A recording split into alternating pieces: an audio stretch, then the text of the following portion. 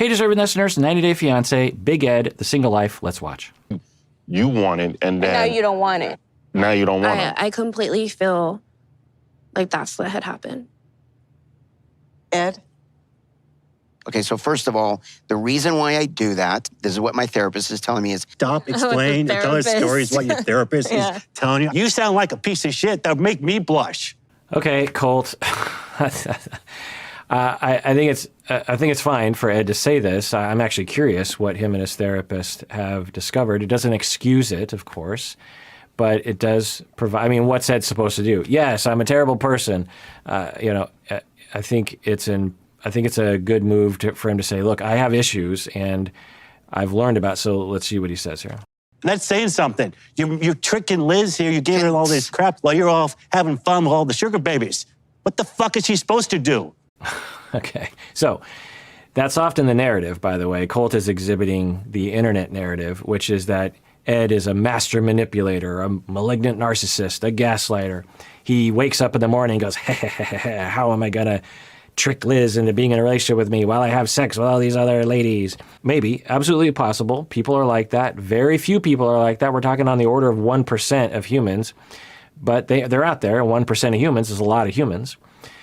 Most people, though, they do not wake up in the morning and do that. They have defenses. They have traumatic histories. They have relational traumas. They have weird ways of thinking.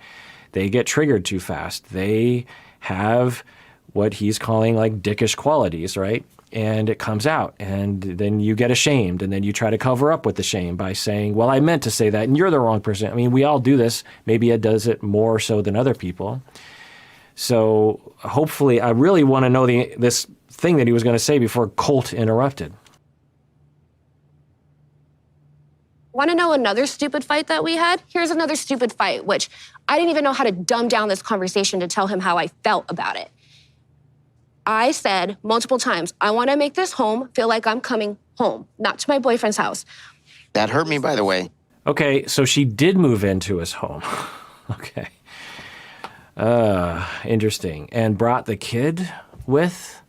Is that what happened? Is that what we're hearing? I'm getting tired of you talking, honestly. You always have an excuse for something. You literally have an excuse for everything. You're lying to her. You're making her feel bad for every little thing. I wanted a piece of me in that home. It was you and your daughter. It was still stuff that you picked out. For you. Ed, I walk into your bathroom and it's a picture of your face. Right. So, okay, it's hard to laugh about this, but I didn't know this aspect. They didn't talk about this in their relationship, but what we're hearing is that she moved in and then she's like, I want to make this partly my home. That's a normal thing that people will do. I don't want to feel like I'm living in my boyfriend's house. I want to feel like I'm living in our house. And so I want to decorate. And then Ed immediately says, well, that hurt my feelings. Okay, I could kind of see that because he might be very particular about decorating his house. She comes in and she's like, I don't like that, I don't like that, I don't like that. That could hurt your feelings. But then you quickly realize, wait, well, I want her to feel at home, so yeah, go for it, decorate away. Let's work together. Let's strip everything down and let's decorate together. So I wonder what was his barrier in that way. Was it narcissism? I don't know. And then she says, I literally walked into the bathroom every day and there was a picture of your face. That's not how I would want to decorate the house. And is that additional indication of narcissism? I've sort of avoided the topic of narcissism with anyone on the show because the internet really doesn't understand what narcissism is. So I try to use other words, like the veil of grandiosity, these kinds of things. They're really just more accurate terms.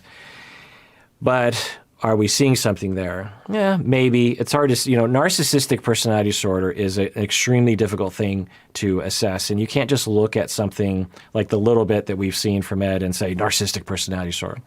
Now, might he have some grandiosity or some self-importance or some inability to empathize with others or some need to have his face everywhere, because those stickers are everywhere? Is that interfering with his life somehow? It sounds like it was. So sounds like it's at least a little bit problematic, if not very. Not only are you an asshole, you're a self-absorbed asshole. I know I have a big shower curtain with my face on it. Okay, that, I'll give you that. Again, he still wasn't listening to my needs. I want to come home and make it feel like my home too. Am I a self-absorbed asshole? Perhaps I am. What is your fault? What is your problem? Why can't you be married? Here's Why can't you be with my somebody? problem. All right, so Colt comes out of nowhere and actually asks a good question. Okay, you keep saying you're a narcissistic a-hole. Give us more here. Don't just, it seems like you're using that as a cop-out. What's really wrong with you? Give us more information. Let's see what he says. I've always wanted attention. I was dancing on pool tables 12 years ago in a Nacho Libre costume. What about now? I don't know. I'm just working through it. He still haven't answered what he wants. Ed? All right, we got a little bit more information. He says, I've always wanted attention. And that usually is an indication of someone being on the narcissistic spectrum, usually as a result of relational traumas early in life, often neglect emotionally. But there are other things that can happen to people early in life that cause them. So what I'll say is that there's normal narcissism, like me having a podcast. It's narcissistic. When I started this podcast 13 years ago, what gave me the right to say that I should start a thing where I talk into a microphone and publish it on the internet and people should listen to it? It takes a little bit of narcissism, a little bit of self-importance, a little bit of self-confidence, a little bit of the look at me personality trait. Like my wife, for example, for many, many years, I have been trying to get her on this podcast on reaction videos. Some of you even asked, like, hey, the pod wife should be, we want to meet her. We want to hear her talk. And nothing would make me happier. But she has said no, no, no, no, no, no, no. And it is very consistent with her personality. There's a lot of elements that cohere that say that she is not narcissistic. She does not want to do that kind of thing. She's an artist, so maybe there's a strain of that in her, but it's art is a quieter narcissism and more introverted. Well, actually, that's interesting. And of course, the podwife will edit these videos. She's the one who edits these and posts them. So maybe she'll take all this out, but but she's an artist, so that's a quieter, but she's definitely less narcissistic than I am. So it's okay to be a little bit narcissistic as long as it doesn't harm your life or other people. It's a personality trait, right? It becomes problematic when you are harming other people, when you are denying your ability to have good relationships. And so he's talking about how he likes to perform. I'm guessing a lot of the cast members, including Sean, might have the same kind of drive that I have, which is getting on stage. A lot of people like this will have a history. In high school I was in drama. I wasn't very good actor. I was a terrible actor, still am. But I was a guy, and there was hardly any boys that would try out for the place, so I always got a part. I was in musicals, same situation there. I was in vocal jazz and choir. I actually do consider myself kind of a singer. I've been in bands. I am a teacher. Being a therapist is actually a little bit narcissistic, this notion that you believe that you can actually help other people. I decided to be a therapist when I was 24 years old and really knew nothing about psychology, knew nothing about life, knew nothing about anything. And somehow I just said, yeah, I could help people. It's a streak of confidence and a streak of wanting to, I don't know, just expand into the public realm somehow and look at me kind of a thing. I don't know. So there's functional narcissism and then there's dysfunctional narcissism. He's saying that he has that narcissistic streak. Is that pathological or is it not pathological? Does this streak play into his problems with Rose and with Liz? I think quite possibly, but maybe not. It's also possible that it's independent of that and it's just a personality quirk. Who knows? But let's see what he says. Between you and I know I'm a piece of shit. I'll lie to women, I'll sleep with them, and still expect to have a girlfriend waiting for me.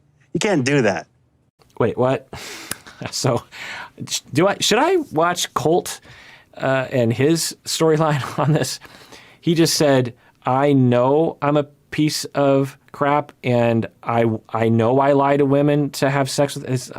Let's rewind that and watch that. Hey, deserving listeners, as y'all know, I am constantly recommending that people go to therapy. We all need therapy from time to time.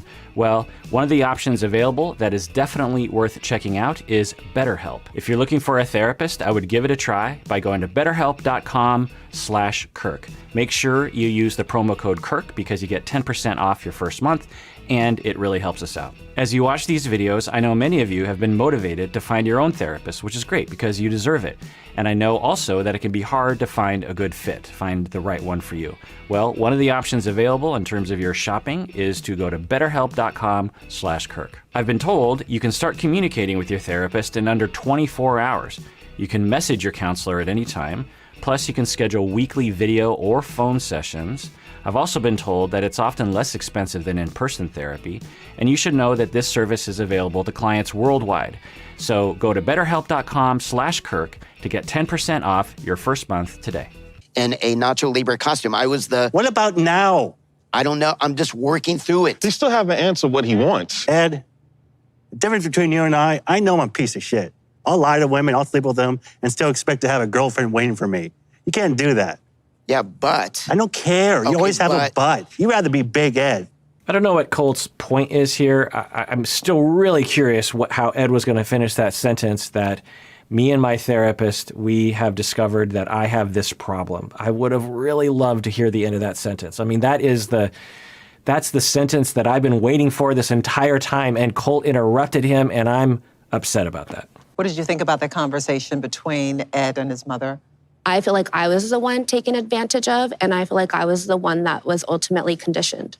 What do you mean? I was constantly doing everything to give in to his ultimatums. Like if he wanted something done, I'd do it. I'd cut back on hours.